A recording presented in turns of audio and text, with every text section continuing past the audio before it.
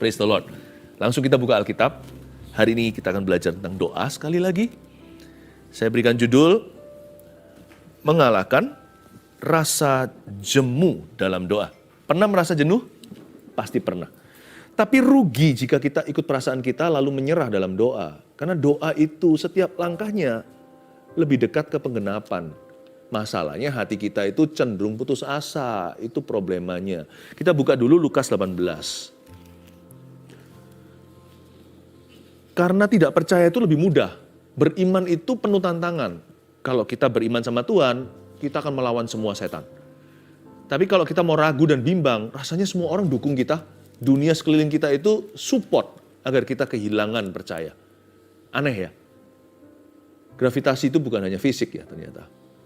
Tapi juga ada sebuah force atau satu kekuatan yang menarik kita mundur. Karena itu berdoa tidak boleh jemu. Mengalahkan rasa jemu dalam doa itu adalah langkah kemenangan nomor 1. Kalau kita bisa lewati dulu rintangan pertama, kita bisa masuk ke level 2. Doa kan gitu, masuk dulu gerbang depan, lalu masuk ruang suci, lalu ruang maha kudusnya. Itu bukan kompartemen sungguhan, tapi bicara tentang hati kita itu loh, menembus awan-awan. Doa itu memang ke sorga sih, kita masih hidup di bawah awan. Jadi kita harus menembus awan kelabu. Nah, awan kelabu itu nggak usah lihat ke atas langit itu. Awan kelabu itu di hati kita sendiri. Ya, pikiran kita seringkali berkecamuk. Kayaknya mau protes.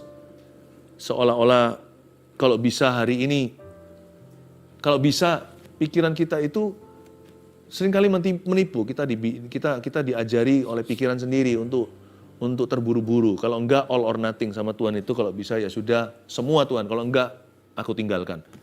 Banyak orang itu kalah di depan. Mari kita baca ayatnya. Lukas 18 ayat pertama, perumpamaan tentang hakim yang tidak benar. Yesus mengatakan suatu perumpamaan kepada mereka untuk menegaskan bahwa mereka harus selalu berdoa dengan tidak jemu-jemu. Coba katakan dengan saya, berdoa dengan tidak jemu-jemu. Ya, berdoa dengan tidak jemu-jemu. Nah, pahami dulu ya, akar jemu itu apa? Jemu itu ternyata bukan bosan. Banyak orang kira tidak jemu itu jangan bosan-bosan. Bukan. Jenuh atau jemu itu ada sesuatu alasan yang lebih serius di baliknya. Kita baca dulu ayat 2. Katanya dalam sebuah kota ada seorang hakim yang tidak takut akan Allah dan tidak menghormati seorang pun. Dan di kota itu ada seorang janda yang selalu datang pada hakim itu dan berkata, belalah aku terhadap lawanku. Beberapa waktu lamanya hakim itu menolak. Tapi kemudian ia berkata dalam hatinya, walaupun aku nggak takut loh ya akan Allah dan tidak menghormati seorang pun, namun karena janda ini menyusahkan aku, baiklah aku membenarkan dia saja. Supaya jangan terus saja nanti ia datang kepadaku dan akhirnya menyerang aku. Kata Tuhan, camkanlah apa yang dikatakan hakim yang lalim itu. Tidakkah Allah akan membenarkan orang-orang pilihannya yang siang malam berseru kepadanya? Dan adakah ia mengulur-ngulur waktu sebelum menolong mereka? Aku berkata kepadamu, ia akan segera membenarkan mereka. Akan tetapi, jika anak manusia itu datang, adakah ia mendapati apa? Iman di bumi. Katakan iman. Iman, betul. Yesus mengatakan suatu perumpamaan pada mereka untuk menegaskan bahwa mereka harus selalu berdoa dengan tidak jemu-jemu. Mari kita pahami akar jemu itu apa. Akar jemu itu ternyata adalah faktor kemustahilan. Jadi bukan karena bosan dalam perjalanan, tapi kalah WO atau drop out di depan. Banyak orang waktu mau berdoa itu merintis karir doanya untuk kasus itu. Atau untuk pergumulan tertentu itu belum apa-apa, dia sudah putus asa. Doa itu harus dimulai dengan iman. Dan iman kita itu bukan iman imani. Iman kita itu mencari bensinnya di firman. Iman itu timbul dari pendengaran. Kalau Anda nggak bisa berdoa, nggak apa-apa, nggak usah doa dulu. Cepat buka Alkitab. Tapi waktu kita buka halaman Alkitab itu bukan untuk menyalah-nyalahkan Tuhan, atau bukan untuk mengkritik firman Allah. Waktu kita buka itu kita minta kekuatan. Nanti kan dapat bahan bakarnya untuk iman. Iman akan muncul sendiri jikalau yang kita baca ini kita dengarkan dengan hati. Doa itu harus mulai langkah pertama dengan faith dulu, dengan iman. Banyak orang belum apa-apa, udah ketabrak tembok, udah ketatap tembok kemustahilan. Coba lihat ya bahwa mereka harus selalu berdoa dengan tidak jemu-jemu itu, karena banyak orang waktu mulai doa sudah nggak percaya. Apa alasan mereka nggak percaya? Perumpamaan Yesus ini bagus. Katanya, dalam sebuah kota ada seorang hakim yang tidak takut akan Allah dan tidak menghormati seorang pun. Matilah. Si janda berkata begitu. Janda ini bicara tentang gereja, bicara tentang seorang wanita seperti mempelai Kristus sendirian di dunia. Ya kan? Karena kita ini sekarang kan seolah-olah seperti Yesus tidak secara fisik bersama. Makanya kalau kita doa kan perlu iman. Kita doa perlu percaya akan yang tidak kelihatan. Lalu seorang janda juga mewakili kondisi kita. Bukan masalah gender nih, perempuan atau wanita. Tapi bicara tentang ketidakberdayaan. Kita kalau dalam masalah itu lebih banyak nggak berdayanya daripada berdaya. Nah, waktu seorang janda ketemu lawannya yang tidak seimbang. Siapa lagi kalau bukan seorang hakim yang lalim, satu nggak takut akan Tuhan, buyarlah harapan. Lalu dia nggak menghormati seorang pun, alias dia nggak pedulikan. Waduh, matilah. Rasanya sudah belum bergelut dalam doa, udah mampus dulu di depan. Yang kita hadapi itu tembok besar, ya kan? Yang kita hadapi seorang hakim yang punya kuasa. Dia bisa ketok palu, bebas atau bersalah, ya kan? Dia bisa ketok palu hari ini orang masuk penjara. Dia punya otoritas untuk membebaskan dan memenangkan kasusmu. Jikalau kasus Anda itu memang benar. Tapi hakim ini nggak peduli sama orang. Dan dia nggak takut akan Tuhan. Alias ini orang korupsi sekali. Ini hakim yang nggak benar. Seorang janda lihat begitu. Dia punya apa? Dia nggak punya koneksi. Satu, di zaman Yesus, perumpamaan ini diberikan. Perempuan itu tidak punya posisi di society atau di masyarakat. Itu mereka tidak diberikan sebuah tempat. Ini sebelum zaman emansipasi. Janda lagi. Nggak punya uang pasti. Karena janda zaman itu tidak punya lowongan pekerjaan lain. Dengan sekarang ya ada welfare dipikirkan oleh pemerintah. Kalau zaman dulu nggak ada. Kalau sudah janda harus hidup dari belas kasihan, alias dari remah-remah atau dari mercy. Orang lain kasih sedekah. Mana mungkin dia bisa beli justice? Bagaimana dia bisa hire lawyer aja nggak mampu dia untuk sewa pengacara. Kalau orang melihat dirinya sudah demikian tak berdaya, dan melihat yang di depan itu yang bisa memberikan keadilan itu orang yang tidak niat membelanya. Disitulah banyak orang jemu sebelum mulai doa. Dia sudah tidak percaya. Mungkinkah persoalan yang kita hadapi begitu besar? Selain kita merasa tidak berdaya, lawan kita luar biasa. Nggak mungkin bisa lawan. Baik itu mungkin penyakit seperti kanker stadium tertentu, atau bisa jadi sebuah kasus beneran secara hukum, atau kondisi keuangan yang tidak mungkin bisa segera keluar dililit hutang, atau keadaan rumah tangga yang amburadul, nggak keruan, ini mau mulai dari mana kutuk keturunan. Kalau Anda melihat masalahmu, belum doa udah jemu. Mari kita pahami, akar jemu itu bukan jenuh. Doa itu nggak bisa bosan. Kenapa doa nggak bisa bosan seharusnya? Karena kalau kita doa dengan iman, setiap langkah itu ada sesuatu yang baru. Kalau kita dituntun sama harapan, orang dituntun sama harapan palsu aja kecanduan kok. Contohnya orang berjudi. Nah, nih ronde berikutnya aku pasti menang ini. Aku bisa kaya mendadak, bisa ketiban bintang kejora. Tiba-tiba saya jadi kaya, jadi super kaya. Orang kan begitu, lalu nggak pernah mau cabut. Kalah juga terus lagi masuk lagi.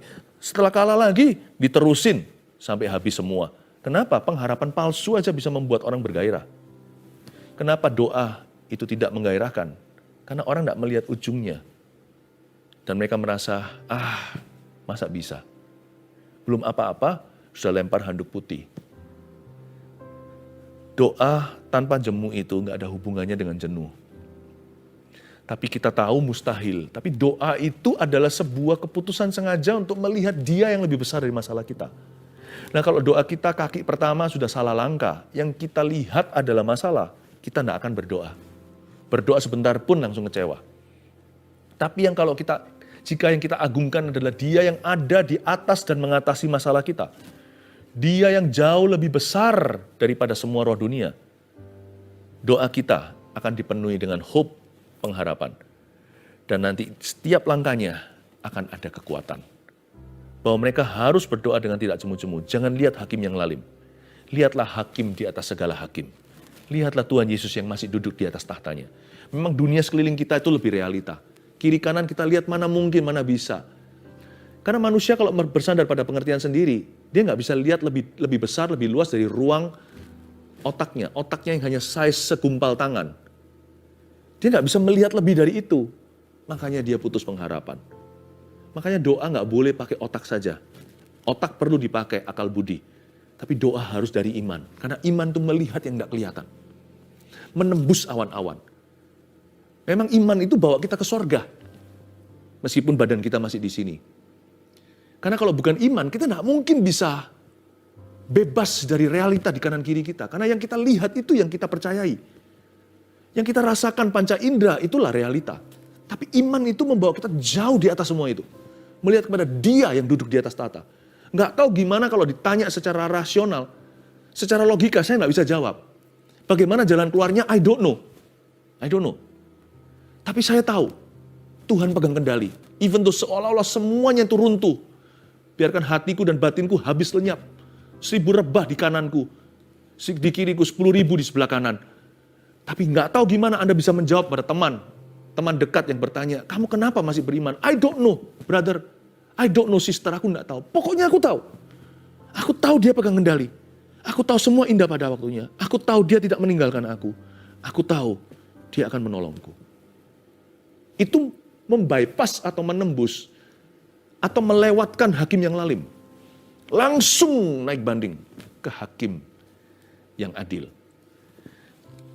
Kenapa rasa jemu dalam doa itu terasa? Karena tembok kemustahilan, the wall of impossibility. Tapi selain itu juga ada faktor setan, jangan lupa. You know, Satan hates prayers. Setan itu benci doa.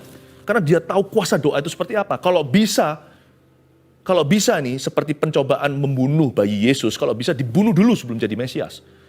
Karena doa itu akan menjadi juru selamat dengan J huruf kecil. Yesuslah juru selamat J huruf besar.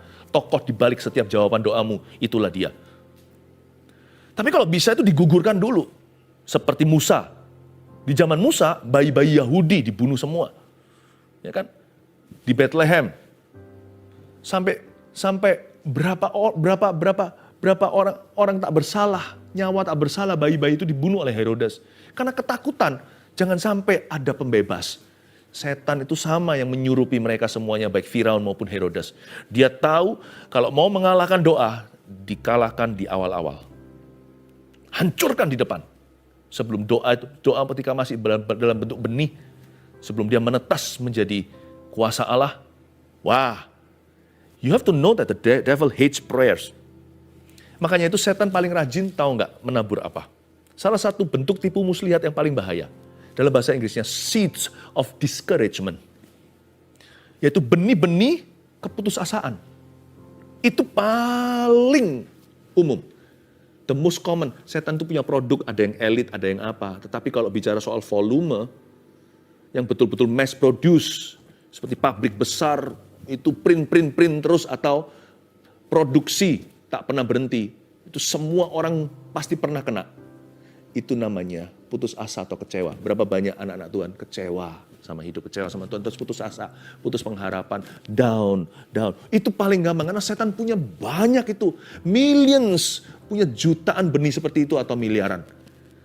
Dia sudah nggak perlu mikir, ini distributornya mana, udah nggak pakai distribusi dia.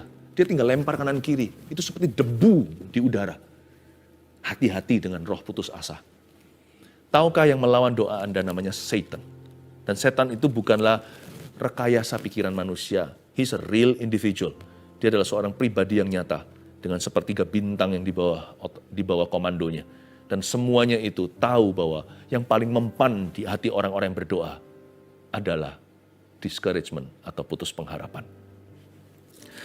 Selain itu coba lihat ya apa yang bisa membantu setan menggagalkan kita sebelum mulai doa. Dan ayat 3, di kota itu ada seorang janda yang selalu datang pada hakim itu dan berkata, belalah aku terhadap lawanku. Ini dia. Ketika janda itu melihat pada dirinya sendiri. Kenapa kita jemu berdoa? Karena kita melihat kondisi kita. Dan kita melihat kelemahan sendiri sebagai manusia yang tidak berdaya. Tapi jangan lupa, Tuhan itu selalu punya antidotnya. Untuk segala infeksi Tuhan punya antibiotik rohaninya. Bukankah firman Tuhan berkata, Di saat kau lemah, aku kuat. Ingat ayat itu, Paulus bilang gimana ketika ada duri dalam dagingnya, ketika dia nggak berdaya. Di saatku tak berdaya, kuasamu yang sempurna. Ingat itu adalah firman dari finger atau dari jari jemari Paulus ketika menuliskannya ke jemaat Korintus. Ada seorang janda yang selalu datang pada hakim itu dan berkata, belalah aku terhadap lawanku. Tapi janda ini gagah perkasa. Bukan berarti dia itu sudah lahir begini. Saya yakin ketika dia terjepit, dia malah bergantung pada Tuhan. Itulah rahasia kemenangannya. Ayat 4, beberapa waktu lamanya hakim itu menolak. Tapi kemudian ia berkata dalam hatinya, walaupun aku tidak takut akan Allah dan tidak menghormati seorang pun, namun karena janda itu menyusahkan aku, baiklah aku membenarkan dia, supaya jangan terus saja ia datang dan akhirnya menyerang aku. Beberapa waktu lamanya hakim itu menolak. Andai kata Tuhan pernah tanda kutip menolak doa Anda, seolah-olah Tuhan gak pernah ya. Bedanya Tuhan dengan hakim lalim ini adalah, hakim itu takut janda itu akan menyusahkan dia. Kalau Tuhan gak takut Anda menyusahkannya. Ketika Anda dan saya belum minta, Tuhan sudah susah di Getsemani untuk kita. Waktu kita masih berdosa, Tuhan sudah mati. Udah kadaluarsa. Kecurigaan Anda kepada Tuhan itu sudah terbukti salah. Tuhan itu gak takut disusahkan. Mana ada seorang ibu itu takut disusahi anaknya, takut ngerepoti mama. Malah marah mamanya, loh aku mamamu. Sudah sepatutnya direpotkan, ya kan? Kalau saya punya anak kami, kalau salah satu berkata takut merepotkan papa. Saya kan berkata, loh saya papamu. I'm your daddy, you see. Tuhan itu lain. Kalau hakim ini tidak peduli sama sesamanya dan dia tidak takut atau tidak takut akan Allah, tidak menghormati siapapun. Kalau Tuhan itu mengasihi kita, dia memang cari cara agar anaknya menyusahkannya. Dia mau tolong kita. Tuhan kita itu loh, tidak diminta singkan baju lengan, lalu mencuci kaki murid-muridnya.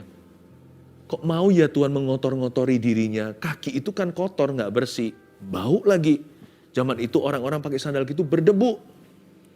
Tuhan kok mau ya? Karena cinta. Di cerita Yesus membasuh kaki murid-muridnya itu kan dikatakan Yesus mencintai mereka hingga penghabisan. Tuhan tuh memang cari. Asal kita itu mau terbuka. Tuhan gak takut disusahkan oleh kita. Kalau hakim ini gak mau direpotkan, Tuhan malah minta. Datanglah kepada aku yang letih lesu dan berbeban berat. Bukan cari masalah itu. Datang ke aku memberimu kelegaan. Pikul lekuk yang kupasang, berarti Tuhan mau tuker trading beban. Aku ambil bebanmu, nah aku akan ajari kamu bagaimana caranya hidup untuk aku. Luar biasa kan? Kita punya Allah yang seolah-olah mencari masalah kita. Tuhan itu dengan senang hati mau menjawab doamu. Jadi jangan percaya setan yang berkata, Tuhan telah menolak. Tuhan telah menolak dan meninggalkanmu. Andai kata Tuhan pernah seolah-olah kelihatan menolak, itu pasti ada rancangan tersembunyi. Saya sebut ini hikmat delay. Pernah kalau pesawat kita terbang jam sekian, lalu delay, diundur ya kan. Kalau sampai seolah-olah penggenapan janji itu mundur, itu pasti ada rencana perubahan. Maksudnya bukan perubahan jam terbang. Kalau sampai ada sebuah janji itu belum juga tergenapi, itu yang berubah bukan Tuhan. Sebab Tuhan tidak berubah dahulu, sekarang, selama-lamanya. Tidak ada pertukaran bayangan. Yang berubah itu kita jadi lebih sabar. Atau lebih menghargai ketika diberi. Atau mungkin kita belum ready, tapi kita nggak menyadari kalau berkat itu diberikan ke kita malah merusak hidup kita. Ada banyak hal kita nggak mengerti sih, terus terang saya juga tidak mengerti. Saya sama manusianya dengan Anda. Tapi saya selalu percaya, setiap delay Tuhan itu ada hikmatnya. Setiap delay. Delay-nya Tuhan itu does not equal atau tidak sama dengan denial. Siapa bilang delay-nya Tuhan itu berarti dia menolakmu?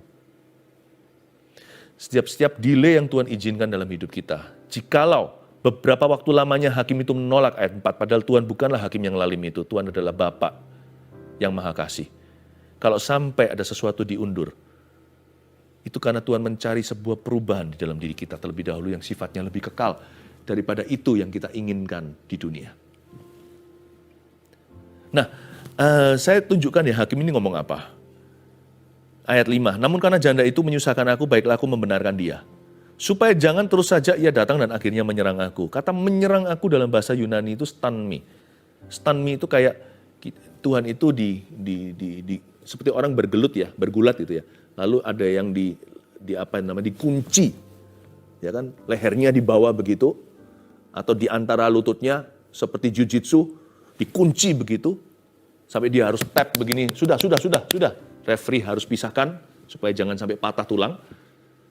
Hakim ini berkata, jangan-jangan nanti dia malu-maluin saya, nanti di tempat adilan nanti dia cakar saya, lalu dia berdiri di meja, teriak-teriak, lalu habis itu nanti bajuku udah bagus-bagus, nanti ditarik sama dia, robek, dan nanti dia protes. Ini hakim yang jahat, dia nggak peduli keadilan. Dia hanya peduli dirinya sendiri aja bisa menangkan perkaranya jikalau dia benar. Tuhan berkata, kalau Tuhan, hakim itu berkata, supaya jangan si janda itu menyerang saya. Kristus tidak begitu ya. Tahukah dia dikoyakkan tanpa tangan Anda? Dia memberikan nyawa. Dia nggak takut untuk disakiti. Cambuknya 40 kurang 1, 39 kali for you and me. He laid down his life for us. Bedanya dia dengan hakim itu. Lihat ayat 7, tidakkah ayat 6, kata Tuhan, camkanlah apa yang dikatakan hakim yang lalim itu. Tidakkah Allah akan membenarkan orang-orang pilihannya yang siang malam berseru kepadanya? Coba garis bawahi kata tidakkah Allah. Saya suka sekali waktu saya bacakan kalimat ini. Sebuah pertanyaan sih, tidakkah Allah akan membenarkan orang pilihannya yang siang malam berseru kepadanya? Saya coba zoom in ke kata tidakkah Allah. Saya mendapatkan sebuah penerangan begini. God isn't like this judge. Tidakkah Allah? Allah tidak. Tidakkah Allah akan membenarkan orang-orang pilihannya siang malam berseru kepadanya? Iya jawabannya. Dan Allah tidak seperti hakim lalim dalam perumpamaan ini. God is not like that. Malah justru God is the perfect opposite of that. Tuhanlah lawan kata sempurna daripada hakim lalim itu.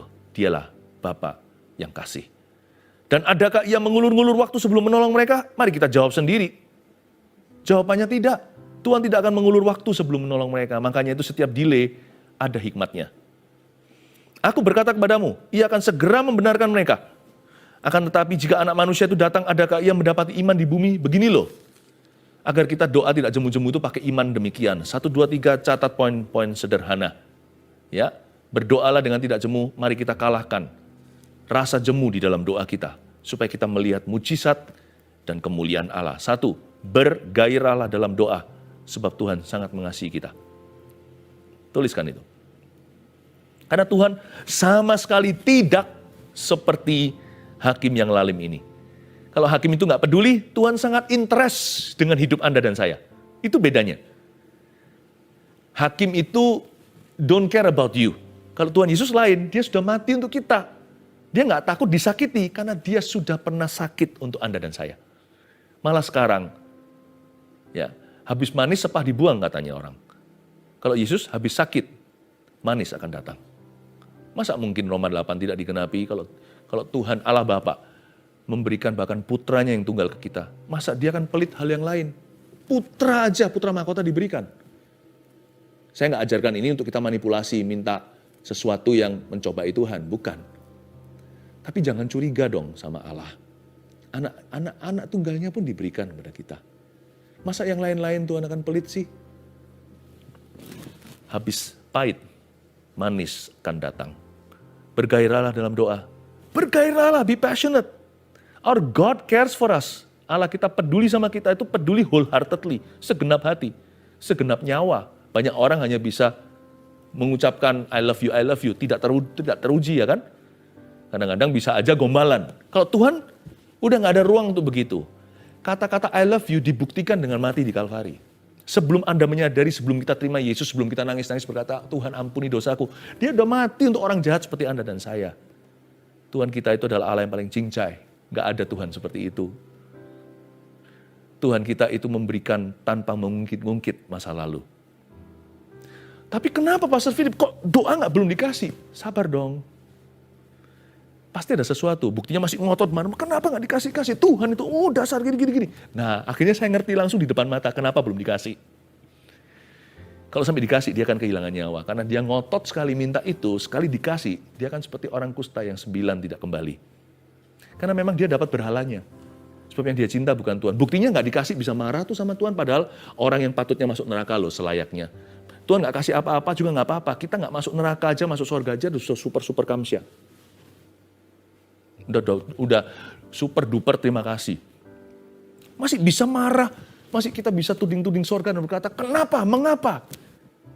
Kadang-kadang saya bersyukur nih, tidak semua itu dijawab iya dalam hidup saya. Karena saya ini mudah jatuh dalam tangan berhala. Berhala yang tidak saya sadari, maksudnya keinginanku sendiri.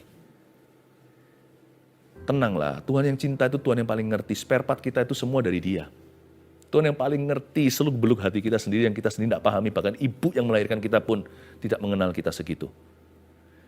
Tapi bergairahlah dalam doa. Bergairah dalam ini dulu, bukan jawaban doanya. Bergairahlah dalam fakta, kebenaran bahwa Tuhan itu amat sangat mencintai Anda. Udah yang itu jangan dipertanyakan. Tulus-tulusnya Tuhan itu udah gak usah diselidiki. Dinikmati aja. Ya. Yang kedua, iman yang seperti apa sih yang dimaksud kalau Tuhan, jika anak manusia datang itu adakah yang mendapati iman? Yang kedua, berharaplah dalam doa, sebab tiada yang mustahil baginya. Ini dia. Nggak ada yang namanya tembok kemustahilan yang harus kita hadapi. Kalau setiap kali kita melihat tembok, dulu waktu saya baru lahir waktu saya masih sekolah di Kanada, ada satu lagu saya nggak tahu, itu lagu lama sekali. Ku kalahkan musuh dan melompat tembok, haleluya, haleluya. Tahu ya itu? Ku kalahkan musuh dan melompat tembok, haleluya, haleluya. Janji Allah kebenaran, Dia batu keselamatan. Ku kalahkan musuh dan melompat tembok, haleluya. Haleluya. Ku kalahkan musuh dan melompat tembok. Dulu saya jadikan lelucon karena saya belum lahir baru atau lagu itu dinyanyikan di gereja. Kayak seperti apa? Seperti melompat tembok, lempati satpam gitu.